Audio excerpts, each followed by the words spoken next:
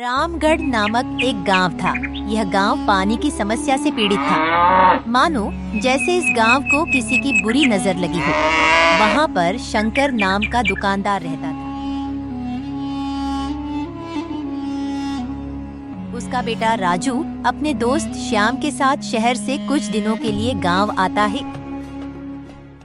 वे दोनों को आए 2 दिन ही हुए थे, तो वह गांव के हालातों से अनजान था।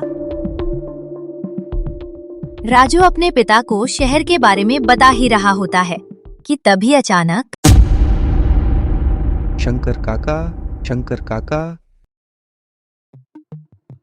क्या हुआ भाई, तुम इतने घबराए हुए क्यों? आज फिर से गांव की सरहद पर एक लाश मिली है। लोग कह रहे हैं कि वो लाश हरिया की है। यह सुनकर शंकर काका उस अनजान व्यक्ति के साथ लाश देखने चले जाते। वह लाश हरिया की ही थी। फिर वह वापस घर आ जाते हैं। राजू के पिता और वह अनजान व्यक्ति बात कर रहे होते हैं। शंकर काका, इस हफ्ते में ये तीसरी हत्या हुई है, और वो भी रहस्यमय तरीके से। मुझे तो लगता है कि वो वापस आ चुकी है। हमें लोगों को आगाह करना होगा। ये सुनकर राजू बोला, पिताजी, आखिर गांव में ये हो क्या रहा है? कौन वापस आ चुकी है? और अब तक 3 हत्याएं हो चुकी हैं। आखिर ये सब हो क्या रहा है? ये सब तुम्हें जानने की जरूरत नहीं है। बस तुम इतना ध्यान रखना कि शाम के बाद कभी भी दरवाजा या खिड़की मत खोलना। चाहे कोई किसी भी तरह की आवाज दे, मत खोलना। और जैसे ही तुम्हारी छुट्टी खत्म हो, वापस शहर चले जाना। और भाई, तुम जाकर गांव वालों को आगाह कर दो। रात होते ही किसी भी तरह की कोई आवाज दे तो दरवाजा मत खोले। शाम होते ही लोग अपने अपने जो भी काम हैं, वो खत्म करके खिड़की दरवाजे बंद करके घर के अंदर ही रहें। इतना कहते ही पिताजी वहाँ से चले जाते हैं। राजू और श्याम कमरे में बैठकर बात कर रहे होते हैं। तभी श्याम राजू से कहता है, राजू, मुझे कुछ गड़बड़ लग रही है। शाम का समय होता है। शंकर काका के कहने पर सब गांव वाले अपने अपने घर के खिड़की दरवाजे बंद करके घर में ही रहते हैं। चारों तरफ अजीब सा सन्नाटा सा छा जाता है।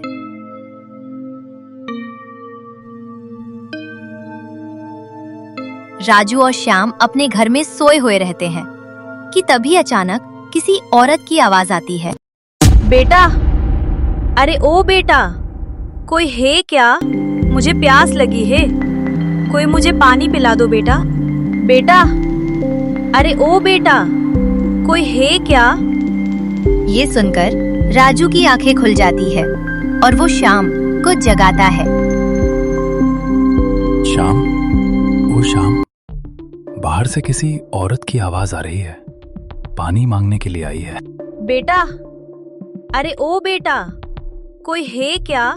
मुझे प्यास लगी है, कोई मुझे पानी पिला दो बेटा। रात के 12 बजे हैं। इतनी रात को भला कौन हो सकता है?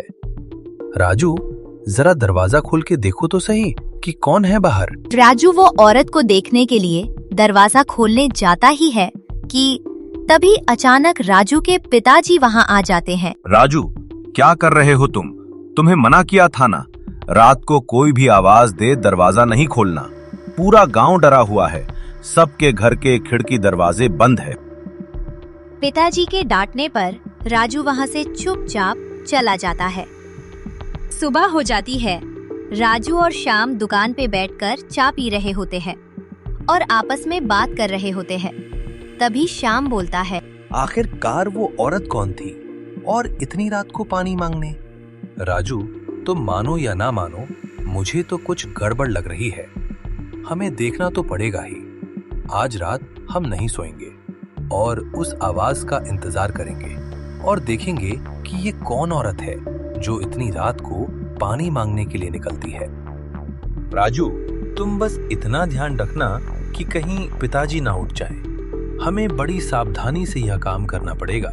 कहीं कुछ गड़बड़ हो गई तो बड़ी मुसीबत हो सकती है। अब तक 3 हत्याएं जो हो चुकी हैं। लेकिन कैसे? आज रात हम खिड़की का दरवाजा थोड़ा सा खुला छोड़ देंगे ताकि बाहर कौन है वो हम देख सकें। शाम हो जाती है। राजू और श्याम अपने कमरे में उस आवाज का इंतजार कर रहे होते हैं कि तभी अचानक किसी के घुंघरू की आवाज आती है।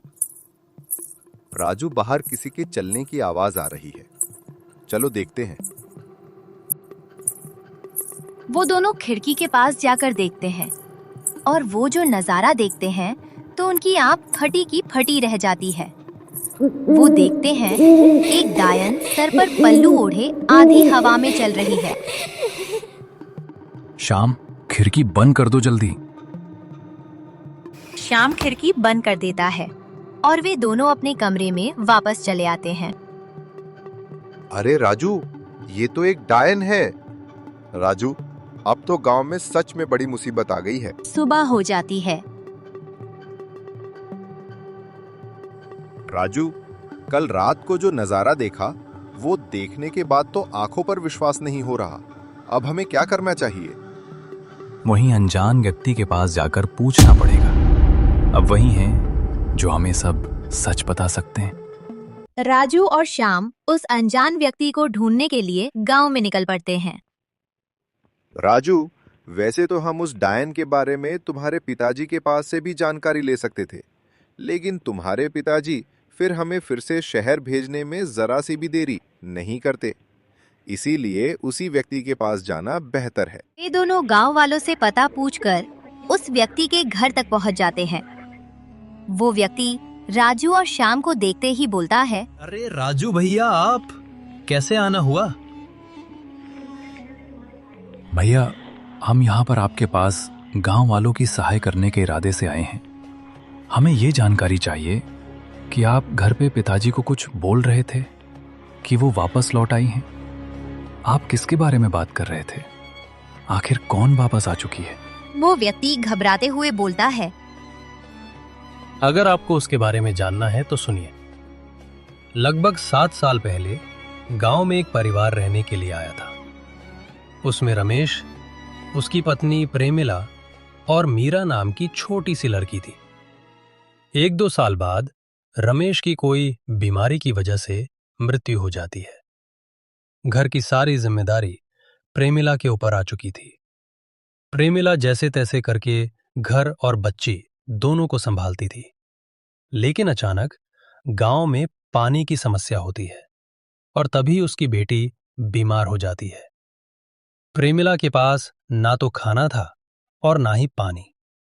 वो पानी मांगने के लिए गांव वालों के पास भीख मांगती है, लेकिन उसकी कोई मदद नहीं करता है और उसकी बेटी की मृत्यु हो जाती है।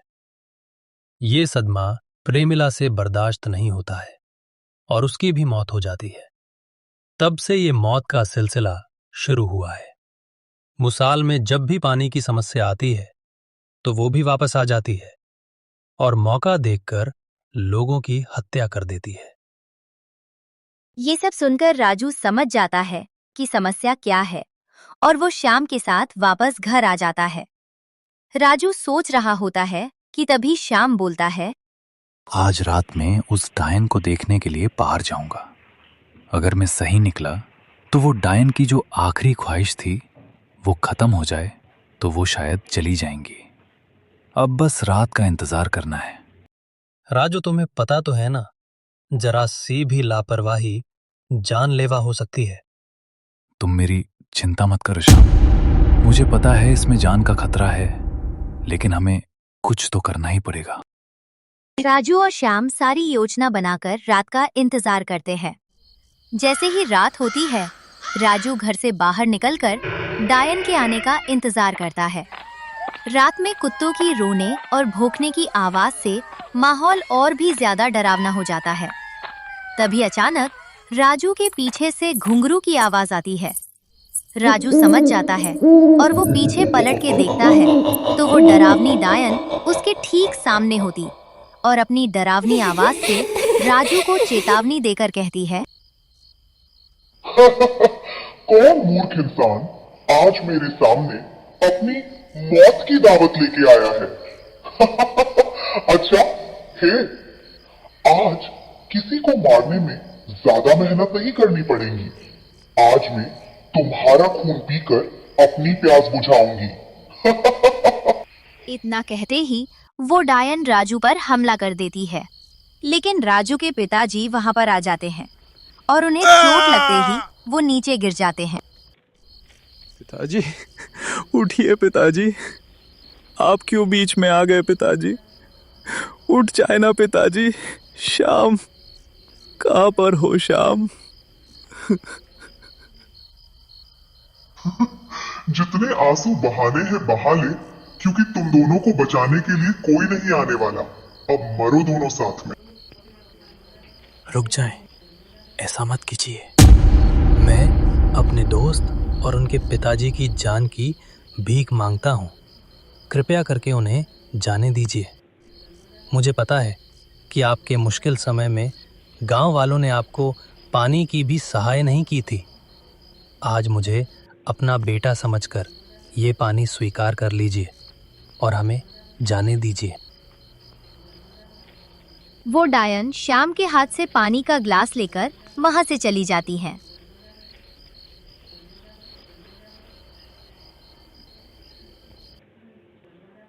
थोड़ी देर बाद सुबह हो जाती है। राजू और श्याम पिताजी के होश में आने का इंतजार करते हैं और थोड़ी देर में पिताजी होश में आते ही राजू से बात करने लगते हैं। बेटा, तुम ठीक तो हो ना? और कल रात मेरे बेहोश होने के बाद क्या हुआ था? हाँ पिताजी, मैं ठीक हूँ। कल रात श्याम ने सही समय पर आकर हम दोनों को बचा लिया और वो डायन भी ऐसे चली गई। नहीं बेटा, वो कहीं नहीं गई। मतलब क्या है पिताजी? वो कहीं नहीं गई तो फिर कहाँ पर? वो अभी गांव में ही है। वो बस थोड़ी देर के लिए शांत हुई है। वो वापस आ सकती है। जब तक उसकी आत्मा को मुक्ति नहीं मिलती वो कहीं नहीं जाएंगी। और अभी इस कहानी का अंत नहीं हुआ है। लेकिन आप इतने यकीन से कैसे कह सकते हो कि वो वापस जरूर आएंगी? इसके लिए तुम दोनों को पूरा सच जानना पड़ेगा और भूतकाल में जो भी प्रेमिला के परिवार के साथ घटित हुआ था वो जानना पड़ेगा।